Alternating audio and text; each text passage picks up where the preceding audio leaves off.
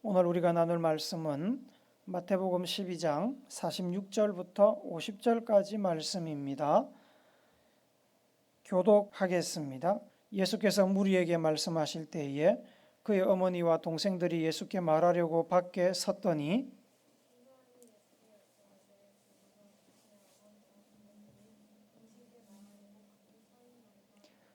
말하던 사람에게 대답하여 이르되 누가 내 어머니며 내 동생들이냐 하시고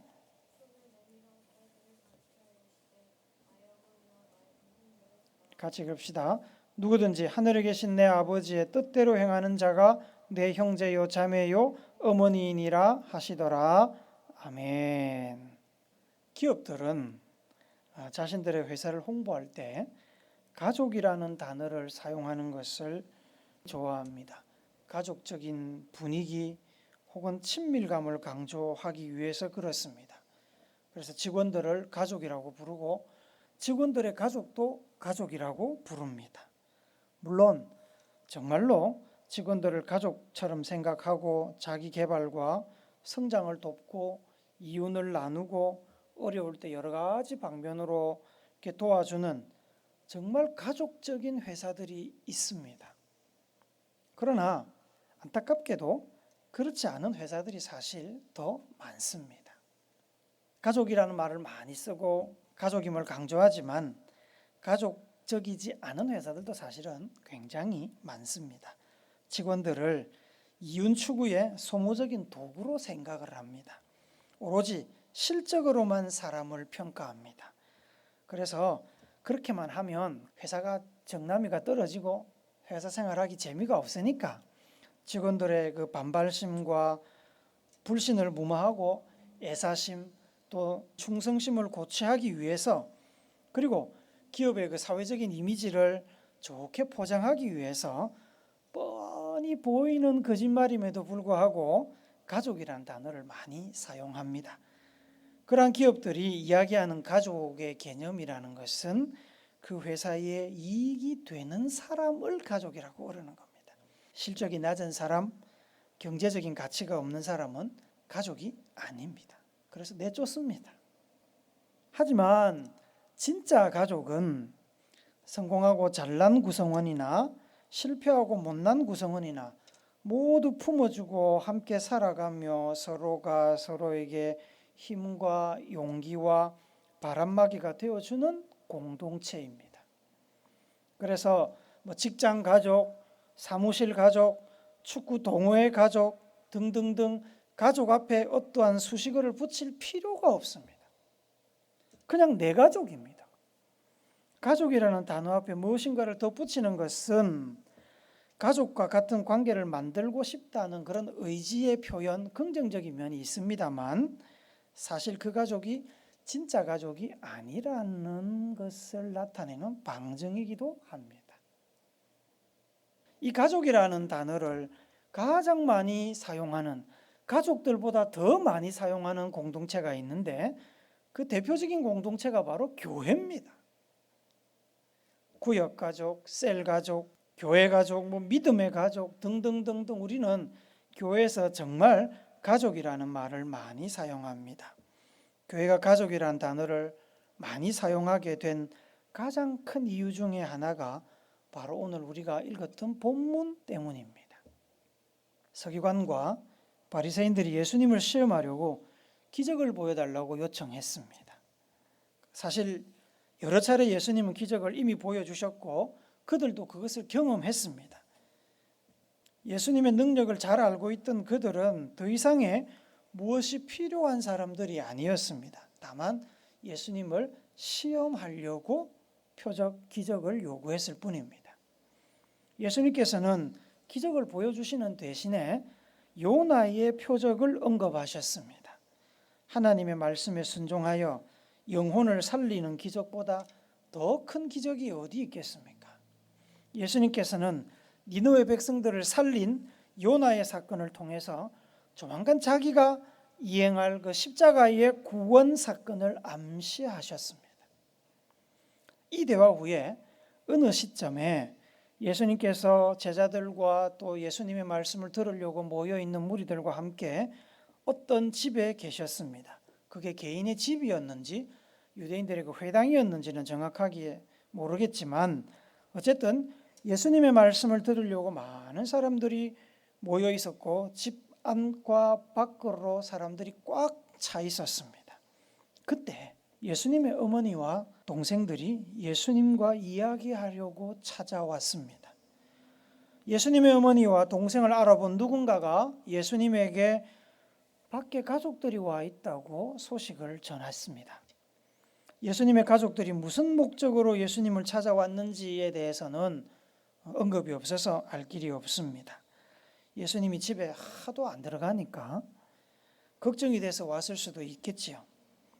아니면 예수님에 대해서 하도 놀라운 소문들이 많이 들리니까 죽은 사람을 살렸다더라, 무리를 걸었다더라, 이런 엄청난 소문들이 많이 들리니까 그 소문을 확인하러 왔을 수도 있습니다.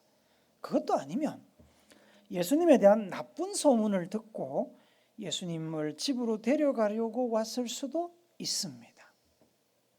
예수님의 성품으로 봐서 가족들과 관계가 나빠졌을 일은 없습니다. 다만 관계가 나빠지지는 않았지만 어려워졌을 수는 있습니다. 한번 생각해 보십시오. 예수님께서 일상을 벗어던지고 집을 나가서 사역을 시작하셨습니다. 과거와는 전혀 다른 삶의 모습을 보여주셨습니다. 땅 위에 그 어느 선생들보다 더 권위 있고 놀라운 하나님의 말씀을 선포하셨고 제자들을 불러 모아 가르치셨고 기적을 행하셨고 질병을 고치셨고 죄인과 여인과 아이들의 친구가 되어주셨습니다. 가족들이 많이 놀랐을 겁니다. 사람들이 예수님을 선생님이라고 지도자라고 메시아라고 심지어 하나님의 아들이라고 칭송을 하니까 가족들은 저 예수가 우리랑 30년을 살았던 그 예수인지 확신이 들지 않았을 겁니다.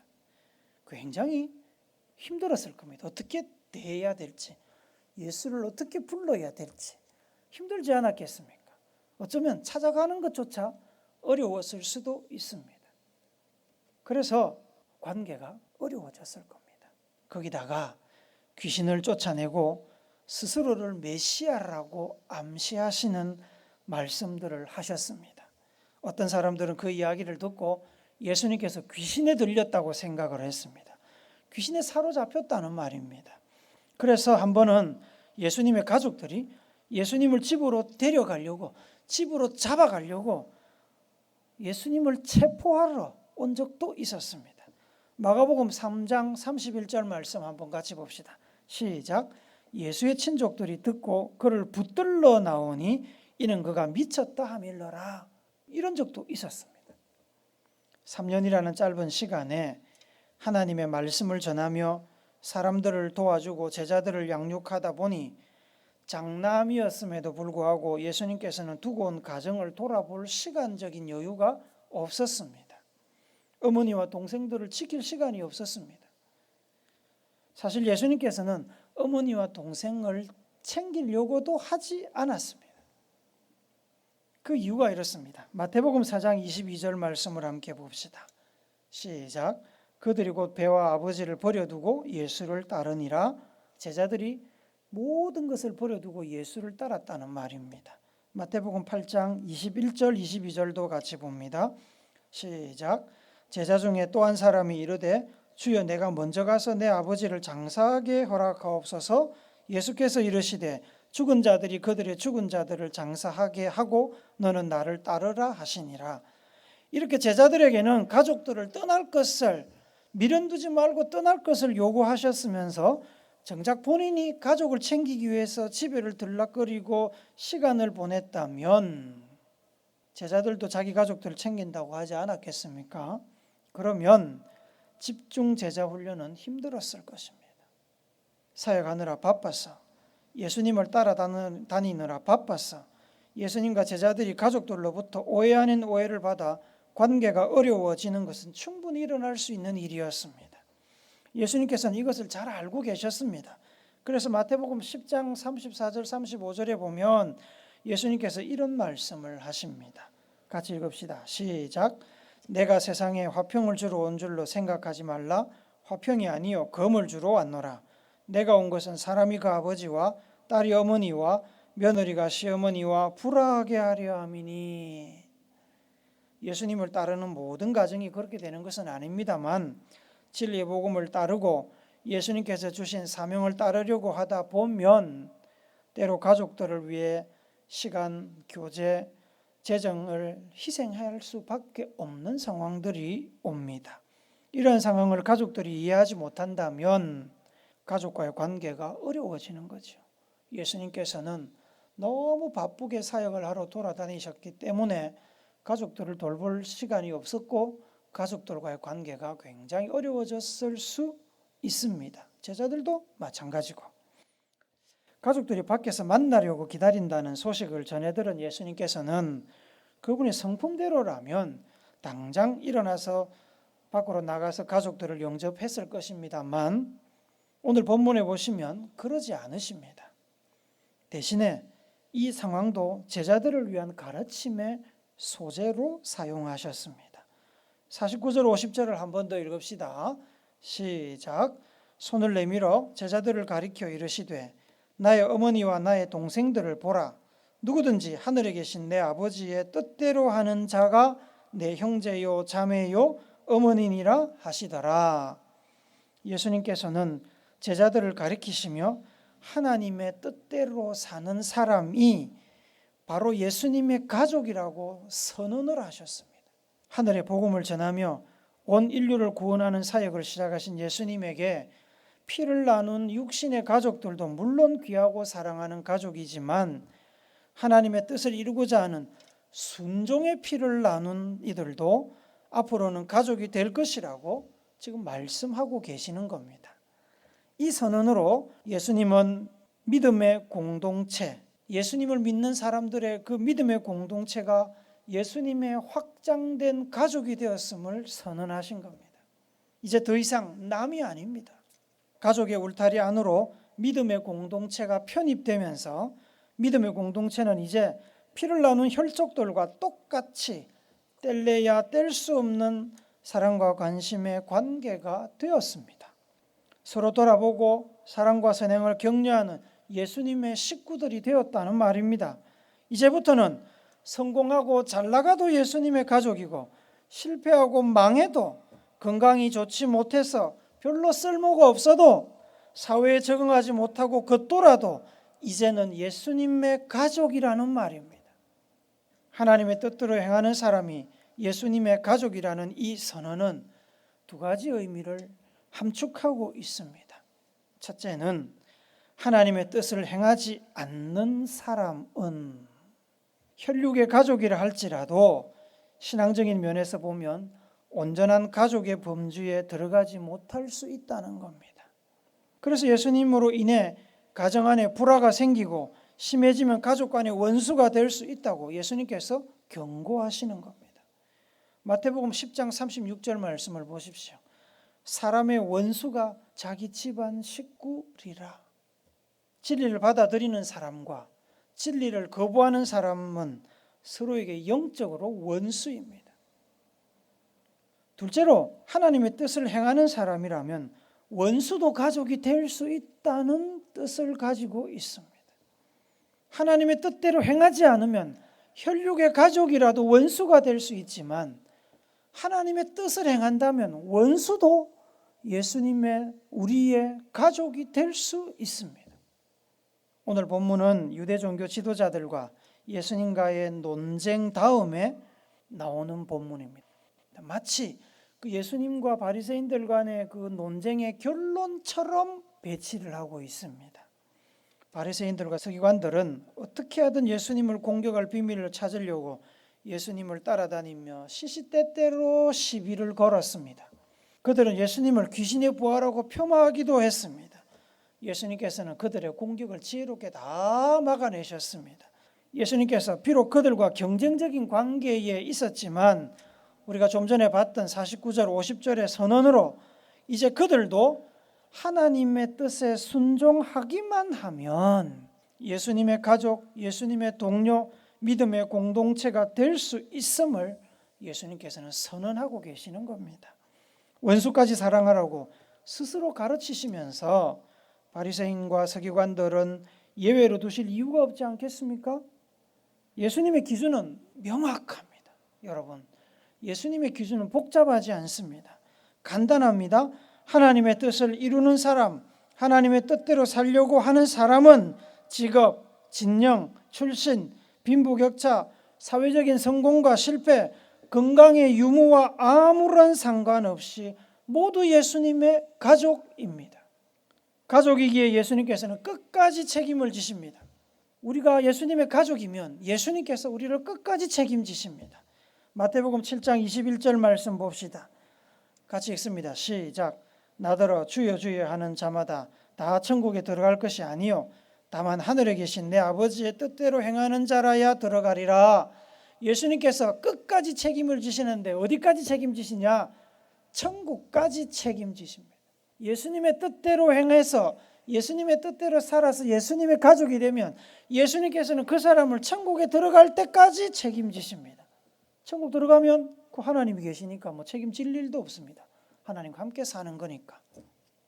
예수님의 새로운 가족 개념으로 인해서 사도 바울은 이방인 교회에 보내는 서신에서 믿음의 공동체, 하나님의 말씀을 듣고 순종하여 하나님의 뜻을 이루는 공동체는 예수님의 확대된 가족이기 때문에 한 몸이다, 하나다라는 것을 여러 차례 성경을 통해서 강조했습니다. 로마서 12장 5절 말씀 우리 같이 읽어봅니다. 시작. 이와 같이 우리 많은 사람이 그리스도 안에서 한 몸이 되어 서로 지체가 되었느니라. 한 지체다, 한 몸의 지체다.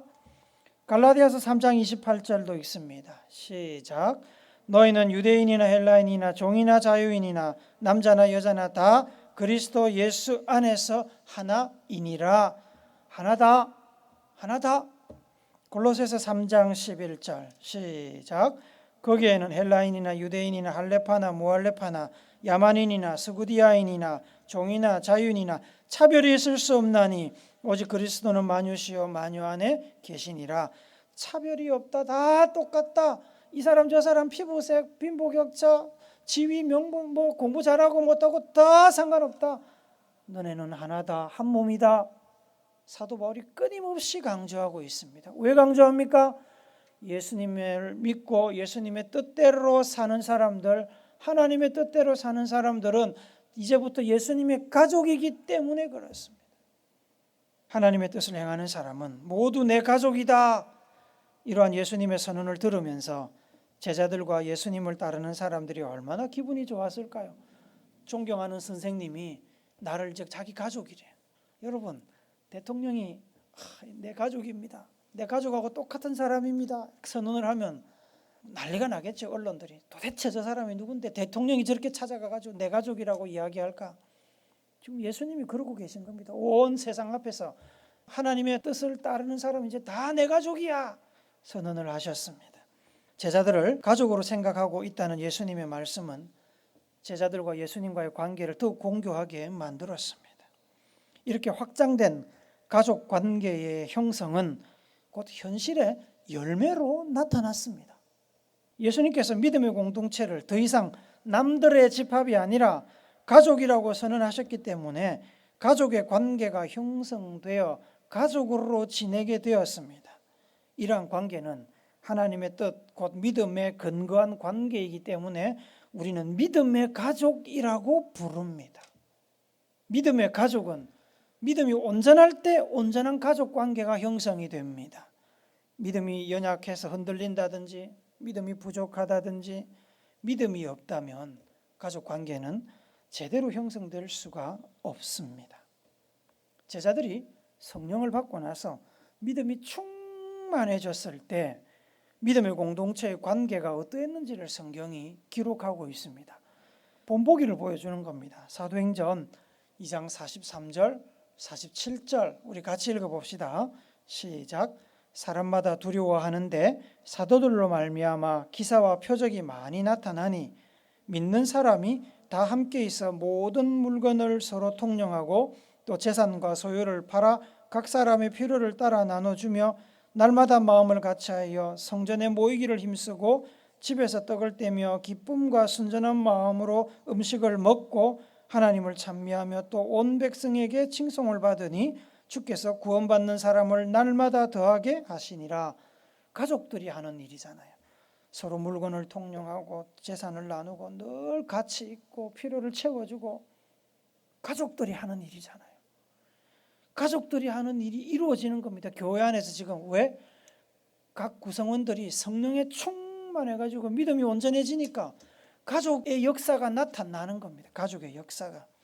이 엄청난 가족의 모습을 보고 사람들이 또 하나님을 찬미하고 백성들의 칭찬을 하고 우와 우리도 저 가족 되고 싶다. 그러면서 사람들이 막 몰려들기 시작하면서 교회가 부흥하기 시작을 하는 겁니다. 아름답죠? 아름답습니다. 모든 지상의 교회들은 이 성령이 충만했던 초대교회의 모습을 닮아가려고 노력합니다. 모든 지상의 교회들은 이 초대교회처럼 되려고 애를 씁니다. 잘 안 돼서 그렇지 모든 교회들이 다 동일한 목표를 가지고 있습니다. 물론 지상에 있는 공동체는 완벽하지 않습니다.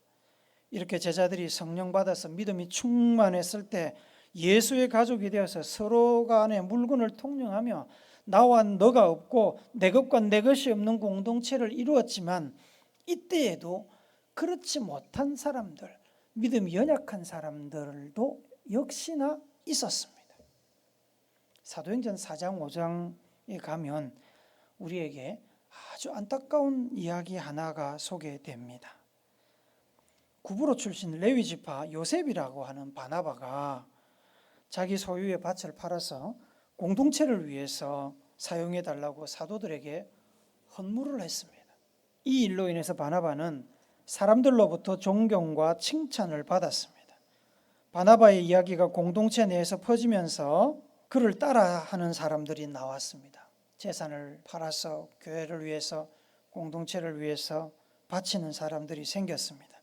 그 중에 한 부부가 있었는데 그 부부의 이름이 뭐냐면 아나니아와 삽비라입니다. 그들은 자신들도 바나바처럼 존경받는 교회 구성원이 되고 싶었는지 교회 공동체에 땅을 팔아서 헌금을 하기로 작정했습니다.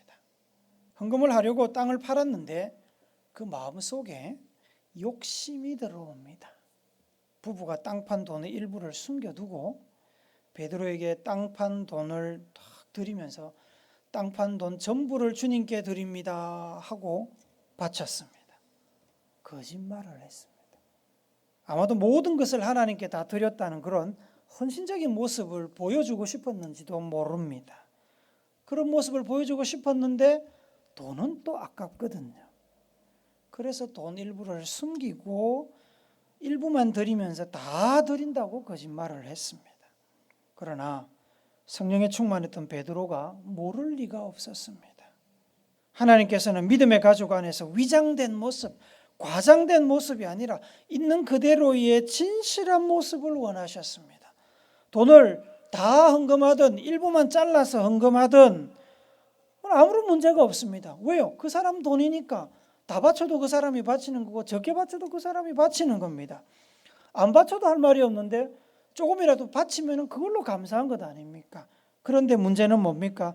그들이 거짓말을 했다는 겁니다. 그 거짓말로 순결한 공동체를, 성령이 충만해서 예수의 가족이 되어 있는 그 순결한 공동체를 더럽혔기 때문에 베드로가 그들을 책망했고 성령께서 그들을 치셨습니다. 두 부부는 베드로 앞에서 다 죽었습니다. 진정한 가족은 서로 속일 필요가 없지요. 속이지 않습니다. 돈 좀 더 냈다고 더 사랑하고 덜 냈다고 덜 사랑하지 않습니다. 가족은 있는 그대로 받아주고 품어줍니다.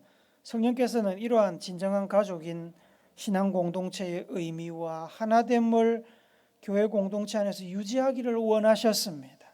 그래서 아주 엄격하게 아나니아와 삽비라를 치신 겁니다. 물론 그 이후로 그러한 순결했던 신앙 공동체가 깨어지고 세속화를 겪으면서 오늘에 이르고 있습니다.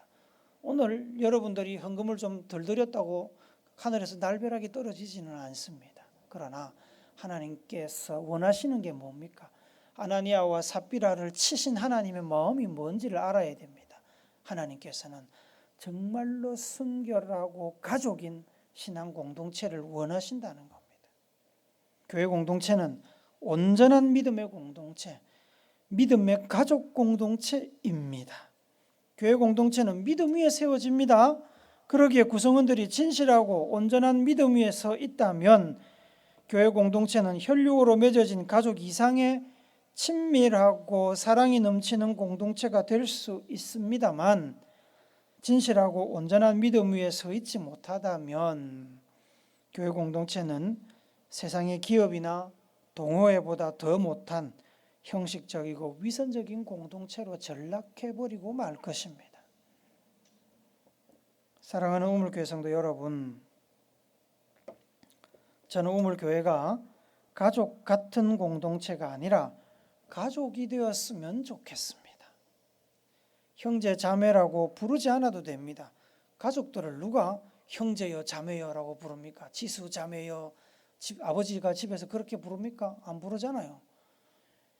믿음의 가족은 믿음 위에 세워지는 공동체임을 다시 한번 기억하시기 바랍니다. 믿음이 없는 가족 공동체는 사상 누각, 해변의 모래성일 뿐입니다. 바닷물이 몰려오면 사라져버리고 마는 헛된 집입니다. 하나님께서는 우물교회가 그런 사상 누각이 아니라 생명과 사랑을 나누는 예수님의 한 몸, 예수님의 가족이 되기를 원하십니다. 세상이 하도 혼탁하고 망하고 있다 보니까 이제는 피를 나눈 가족도 옛날 같지 않다는 이야기가 종종 들려오고, 뉴스를 통해서 가족끼리 싸우고 죽이고 하는 이야기들이 얼마나 많이 들려옵니까? 이 땅 어디에서 우리의 약함과 강함, 성공과 실패를 모두 품어주면서 바람막이가 되어주고 사랑을 나눌 수 있는 공동체를 찾을 수 있겠습니까? 사람들이 어디서 그런 공동체를 찾아야 하겠습니까? 예수의 몸 된 교회 공동체에서 찾아야 되지 않겠습니까? 오죽했으면 사람들이 하나님의 어머니를 찾아가겠습니까? 하나님의 아버지를 찾아가서 내 아버지 같다고, 내 어머니 같다고 그러고 있겠습니까? 여러분, 교회가 그런 가족 공동체가 되려면 성도들 각자가 먼저 하나님과 친밀한 관계를 잘 유지해야 됩니다. 신앙을 반석 위에 세워야 됩니다. 그러면 자연스럽게 교회 공동체는 가족 공동체로 변화될 겁니다. 하나님께서 그것을 원하시고 성령을 통해서 그렇게 하십니다. 초대교회에서 그렇게 된 것처럼 그렇게 하십니다. 교회는 땅에 있는 천국의 모형이라고 했습니다. 우물교회를 예수님의 가족 공동체로 만들어 갑시다. 각자가 자신의 자리에서 수고하고 힘쓰며 하나님의 뜻을 이루기 위해서 최선을 다하면 성령께서 우리를 사랑의 끈으로 하나 되게 하십니다. 그리하여 생존과 경쟁으로 피폐해진 이 땅에 우리 우물교회가 예수님이 원하시는 참된 믿음의 가족 공동체가 되어서 세상의 희망이 되고 본이 될 수 있을 것입니다. 그렇게 될 수 있기를 믿음 집안의 맏형 되시는 예수님의 이름으로 축복합니다. 아멘.